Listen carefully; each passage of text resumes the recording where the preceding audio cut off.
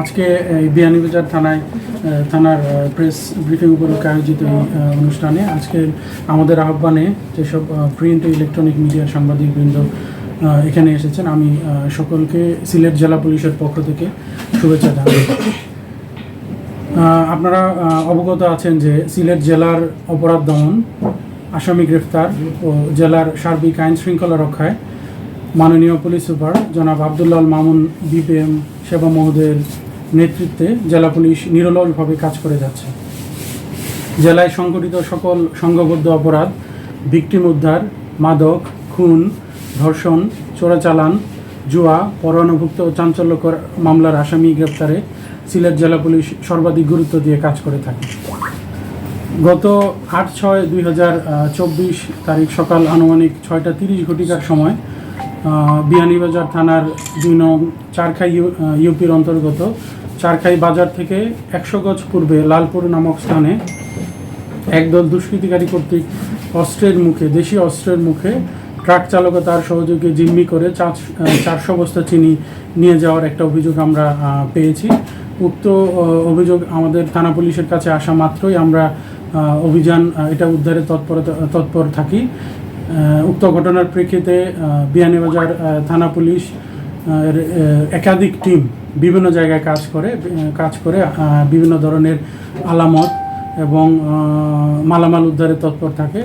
তো বিয়ানীবাজারের বিভিন্ন টিম একাধিক অভিযান পরিচালনা করে।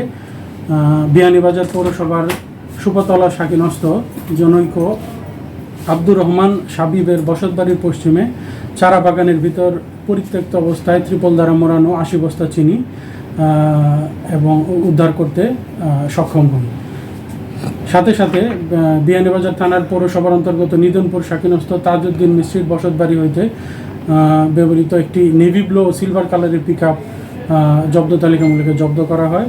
উক্ত ঘটনার প্রেক্ষিতে আমরা বাদীর কাছ থেকে যে অভিযোগ পেয়েছি, সেই অভিযোগের প্রেক্ষিতে আমরা মামলা রুজু হবে, নিয়মিত মামলা রুজু হবে এবং মামলা রুজুর প্রেক্ষিতে আমরা অভিযান পরিচালনা করে আসামি গ্রেপ্তারে আমরা তৎপর থাকব।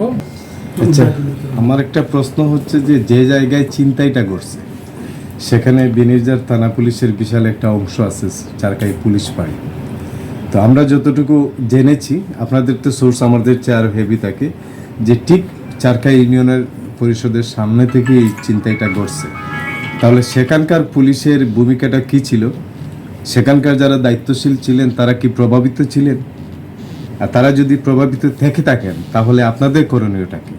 আমার যেটা মনে হয় যে পুলিশ হচ্ছে মানে সারা রাত ডিউটি করে। আমার মনে হয় যে সকালের দিকে সবাই একটু ঝিমিয়ে পড়ে আর কি। আই থিঙ্ক আমার যে ধারণা, আমার বিভিন্ন জায়গায় গিয়ে দেখছি, হয়তো এই টাইমের কোনো গ্যাপে একটা বিষয়টা হতে পারে। তবে চারখাইয়ের পুলিশ বিয়ানীবাজার থানার একটা অংশ, তাদের জানা অথবা মতো এরকম কোনো কিছু ঘটার সুযোগ নাই। যদি এরকম কারো কাছে কোনো তথ্য থাকে অথবা আমরা যদি দেখি, আমরা ব্যবস্থা নিই। ট্রাকগুলা হ্যাঁ বলবেন ওসি সাহেব, ট্রাকগুলা যাচ্ছিল শাহবাগের দিকে আমরা যতটুকু জানি। তো সেখান থেকে চিন্তাই হওয়ার পরে এগুলা কিন্তু টার্ন করে বিয়ানীবাজার দিকে এসেছে। তো আমাদের রাস্তায় এত বড় না যে আমরা 1 সেকেন্ডে একটা গাড়ি কুইকভাবে মুভ করে নিয়ে আসতে পারবো। এখানে একটা সময় ব্যয় হয়েছে, একটা হয়তো হইচইয়ের একটা শব্দ থাকবে, কারণ কেউ ধমক না দিলে কেউ গাড়ি আটকাবে না, নিশ্চয়। ঠিক আছে, তাইলে আমার যতটুকু ধারণা, সাংবাদিকতা আমাদের তো মিলাদও এখানে আছে, অন্য সবাই আছে, যে এই জায়গায় অন্তত 15 থেকে আধা ঘন্টা একটা সময় কিল হয়েছে। সেখানে কোনো সিসিটিভি ফুটেজ নাই। যেই জায়গায় কোনো সিসিটিভি ফুটেজ নাই, দুর্বৃত্তরা সেই জায়গাটা বেছে নিচ্ছে। না হলে তারা হয়তো চারখাই বাজারের আগেই কোনো জায়গায় নিতে পারবে। তারা নিরাপদ জায়গা আগে তারা কি করছে, যে কোন জায়গাটা এই জায়গা থেকে করা যায়, সেটা সেখানে হলো। এবং সেখানে আমাদের নিশ্চয়ই কিছু সংখ্যক পুলিশ সদস্য আছেন, সবাই তো আর জিম্মিয়ে পড়বে না। আপনারা তো রাত্রের ডিউটি যাদের দেন, অন্তত আরেকটা পক্ষ দেন যারা সকাল থেকে ডিউটি করবে। হ্যাঁ, সেই জায়গায় ওই জায়গাটা আপনারা তদন্তের জায়গাটা নিয়ে আসবেন। 400 বস্তা থেকে আপনারা 80 বস্তা উদ্ধার করলেন, 340 বস্তা গায়েব হয়ে গেল। সেটা কোথায় গেল? সেকেন্ড বিষয়টা হচ্ছে, যেহেতু বিয়ানীবাজার বিষয়টা জড়িয়ে গেছে, এটা নিশ্চয়ই কোনো সফলতার বিষয় নয়, নিন্দিত একটা জিনিস। বিয়ানীবাজারের ব্যবসায়ীরা যদি ভারতীয় চিনি না কিনে তাহলে তো ছিনতাইকারী যেই হোক সে তো বিক্রি করার জায়গা পাবে না। এখন আমরা জানি যে বাংলাদেশে যে চিনি বিক্রি হয় বৈধভাবে সেটা সাদা চিনি, ভারতীয় চিনিটা লাল চিনি। তাহলে এই উপজেলা প্রশাসন এবং পুলিশ প্রশাসন কেন প্রত্যেক জায়গায় গিয়ে গিয়ে এই লাল চিনি এবং সাদা চিনি এই বিষয়টা কেন তদারকি করে না? চিন্তা করেন তো স্বাভাবিকভাবে তো এখানে অস্ত্র ব্যবহার হয়েছে, দেশীয় হোক দেশীয় অস্ত্র। কিংবা ওইটা- মানে আপনার বিদেশি হোক, এই অস্ত্রগুলো উদ্ধার হয়েছে কিনা বা উদ্ধার হওয়ার কোনো প্রক্রিয়া আছে কিনা, বা এখানে তো বেশ কয়েকটি মোটরসাইকেল সাথে ছিল, বাদী বলছে এবার যে 10-15টা মোটরসাইকেল না 4-5টা, একটা পিক আপ ছিল, একটা কার ছিল।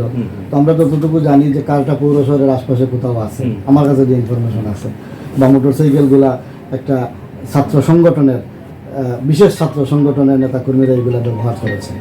তো এই ক্ষেত্রে আপনাদের মানে মোটরসাইকেল উদ্ধার, কার উদ্ধার, বা ওই যে আরেকটা কাভার্ড ভ্যান বা এদের ছোটো মিনি ট্রাক ছিল যেটা আমি ভিডিও ফুটেজে দেখেছি, এইগুলা উদ্ধারের কোনো প্রক্রিয়া আছে কিনা? ফসল ভাই যেটা বলছেন যে অস্ত্র উদ্ধারের বিষয়ে, সেখানে আগ্নেয়াস্ত্র ছিল, আমাদের সোর্স যাবো জানিয়েছে আগ্নেয়াস্ত্র ছিল। আসলে এই সময়টা আমরাও ঘুমিয়েছিলাম, যখন ফোন পেলাম তখন হয়তো অনেক সময়টা দেরি হয়ে গেছে, এখানে- এবং আপনার সাথে আমি খুব দ্রুত যোগাযোগ করেছিলাম অবশ্যই। এখানে আগ্নেয়াস্ত্রের বিষয়টাও মামলার ইয়েতে আসেনি, দেশীয় অস্ত্র বিষয়টা এসেছে। তবে তদন্তে যদি আগ্নেয়াস্ত্রের বিষয় আছে সেটাও আমরা কগনিজেন্সে নেব।